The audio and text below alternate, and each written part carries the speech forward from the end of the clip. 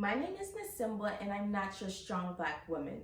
Welcome to episode 4, Kick Cancered Acid. I am so excited. I have Dr. Christina Blanchard-Horan back today for the second time, and she is going to give us some valuable information. She is going to tell us how to kick cancer's acid. And before you go, it's not just about someone who has cancer. This book can literally change lives. It is a 5-day detox on how to cleanse your body, how to cleanse your environment. So please help me welcome Dr. Christina Blanchard-Horan. Thank you so much for being here today. Thank you so much for having me. And these cute little earrings you just gifted to me. I appreciate that. No worries, no worries. I'm so happy that you like the earrings, but I definitely want to get into this book. Absolutely. Like, Kick Cancer's Acid. Like, what? That title is so genius. Thanks. How did you get inspired to write this book? I was diagnosed with chronic lymphocytic leukemia in 2022. Wow. And I had already been working on another book, this one over here, The Wellness, Wholeness, and Essential Oils. Okay. And I learned some things while doing that pertain to this diagnosis. And I said, well, what else can I find? And so I started really doing a lot of research on, how can we naturally address cancer? Because chronic lymphocytic leukemia is usually caused by glyphosate, which is a chemical. Wow. So I wanted a natural solution, and this is all about getting rid of all those chemicals and detoxifying your system. So when you were diagnosed, did the doctor try to get you to do chemo or?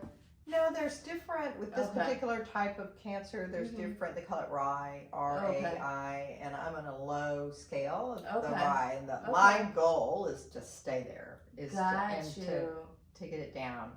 Okay. So yeah. No, they don't do chemo unless you start having organ failure. So with leukemia, it is really a blood and bone cancer. So it's not like this spot over here is affected. It's really your whole body. Your bone produces the blood, the cells, and then the leukemia, of course, distorts that. Okay. So did you find that the 5-day detox helped you?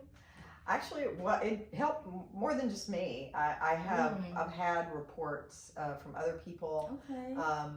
And there's a story in here about a friend who had triple negative breast cancer, and she did the detox, and then she went through. She was going through radiation and chemotherapy at the time. Okay. And as a result of doing the detox, they had not been having much success with the chemo. But once she did the detox, the doctor said they had a miraculous response. And so she's determined to do this again. She's having a relapse because, as she admitted, she'd sort of fallen off the wagon. And so this is a 5-day detox, but it's really should be done for the rest of your life. It's really about cleaning yourself up. It's a lifestyle. Up your life, and it's not necessarily a diet. It's not a diet. It's a lifestyle. But it is a lifestyle change for many people. But it's simple. It's not that hard. It's really like an hour of your day. About an hour a day for 5 days, maybe more on the first day. Yeah. Because you're, it's just getting started. Okay, let's get into these days. So tell me, what happens on the first day of this 5-day detox? So I'm going to just reference the book here for the I have a little chart in here. Okay.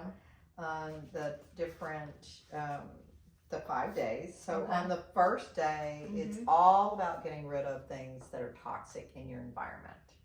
the aluminum deodorant that you've been using, Secret, and a few others.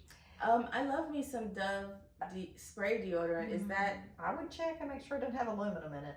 Aluminum, guys. If your deodorant has aluminum in it, we got to get rid of it. Yeah, and there's some great options. I really like High. I was going to say, High. I tried the natural deodorant and it just didn't work for me.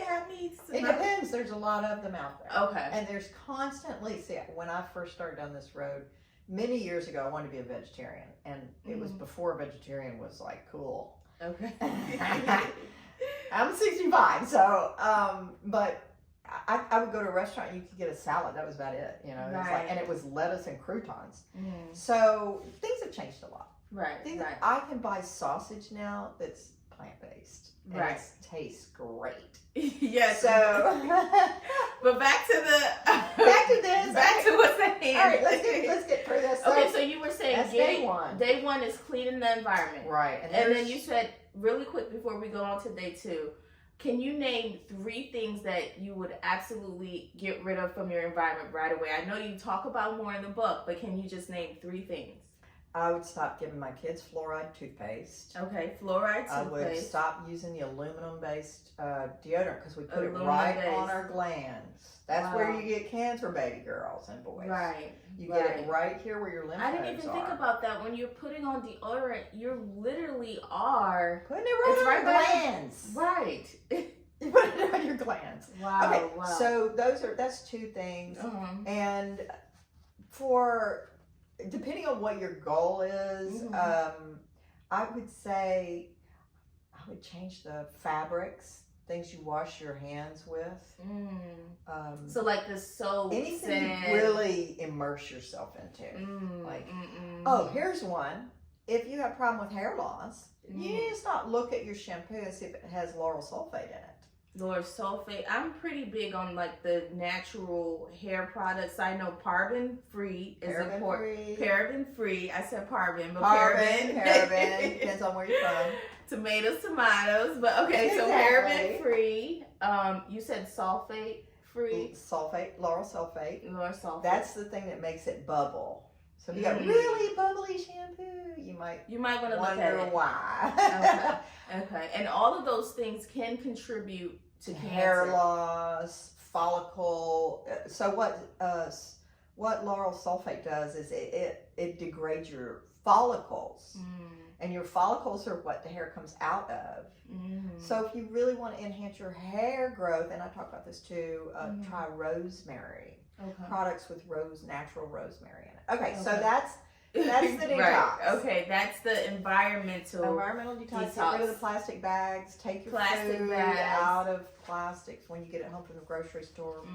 And I read in the book also making sure that when we store our food, making sure it's in glass. I put mine in glass. I have a lot of little bowls and stuff in my fridge. Right. And metal is fine. Right. But those plastic things, they are not good for us, especially liquids. All right, and so then on day 2, there's 2 days, day 2 and 3, we do juice and a protein drink, and that's a green protein drink because we need the what's it called? Polyphosphates. It's a phosphates that we get from green things. Okay, so no eating on day 2 and 3. No eating. Where we start out, you can have like a mushroom coffee. It's fake. It's not fake. It's not real. It's not coffee. It's mushroom, but it's served hot like coffee. Right. You can do. You can drink tea. You can drink teas. Right. So it's not like you're doing a full fast, no food. Right. Now, if I have stage 4 cancer, I would be doing a full day. I would be doing a full fast, no food, just water and teas, and that would be it for like 3 days. Because a lot of people have found it helps kill the apoptosis is what it's called. It helps kill cancer cells because cancer cells are hungry for an acidic environment. Right. Do you hear that? And cancer cells are hungry for an acidic environment. And so what makes for an acidic environment? sugar, carbohydrates, which convert to sugar. Oh my goodness, I love carbohydrates, but so there are ways around all this, and I talk about recommendations for that in my book. Okay. So day 2 and 3, making sure you are doing green smoothies, no food, teas, drinks, waters are fine. Okay, and how can that help someone going through the detox? Like, what does that do? It's part of the cleansing process. So when you're drinking green things, that's the same thing that plants use in photosynthesis, and it's really a part of the life cycle that we have sort of omitted by moving into homes, grocery shopping. Somebody else does our everything. So we're not really in touch with green things very much, unfortunately. And we had the big Ebola scare and COVID, all this stuff. So now people don't want to, they want all their vegetables wrapped up in plastic, which I'm like, So anyway, so that's day 2 is really about cleansing your liver. All right, it's really about cleansing your body. It's not it is also about your environment, because we talk about essential oils and taking baths and doing a massage, and if you're really going to do this, you want to do it and do it all the way. Look at all the things that need to be done, and then come up with a plan for doing it. And this was our plan. So this was the plan that I used when I did my first detox, and then it's been modified, of course. So in the last 2 days of this 5-day detox, it's all about restoring your body and then rejuvenating. So day 4 and 5.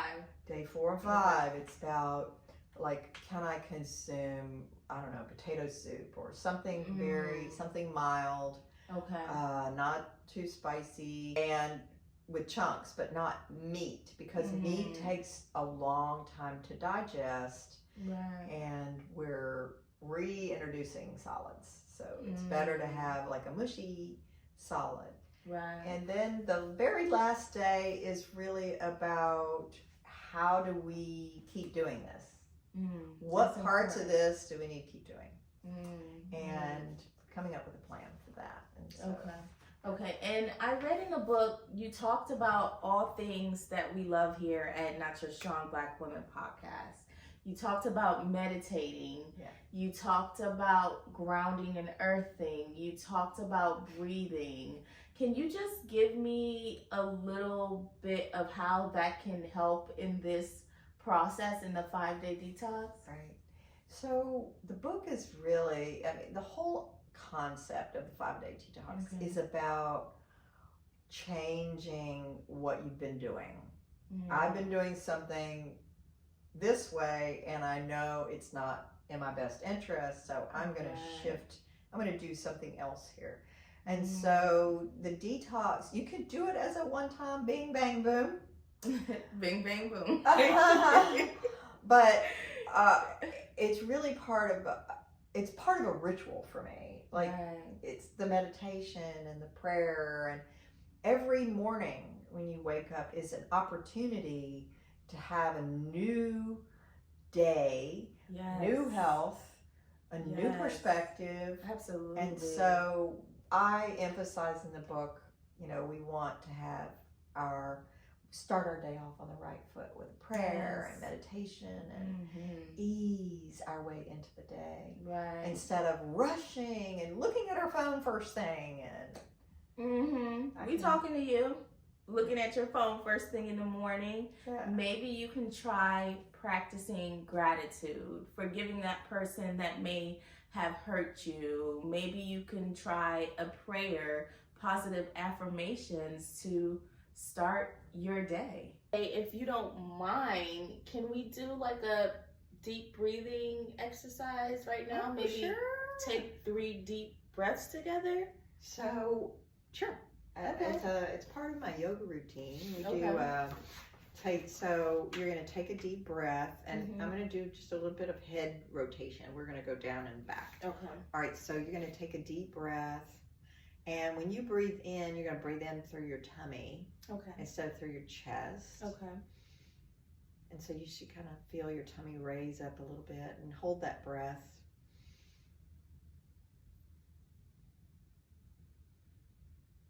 As long as you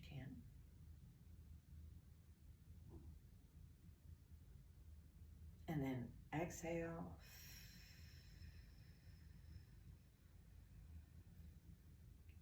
And I just want to mention, you know, how Dr. Christina mentioned breathing in through your stomach. A way to do that is breathing in through your nose. Just FYI. And okay, let's continue. Good tip. Very good tip. Okay. Yeah. All right. So we're going to do it again. Now imagine as you breathe in a beam of light traveling from the floor up your spine, through the top of your head, and out into the heavens. Hold your breath at the top.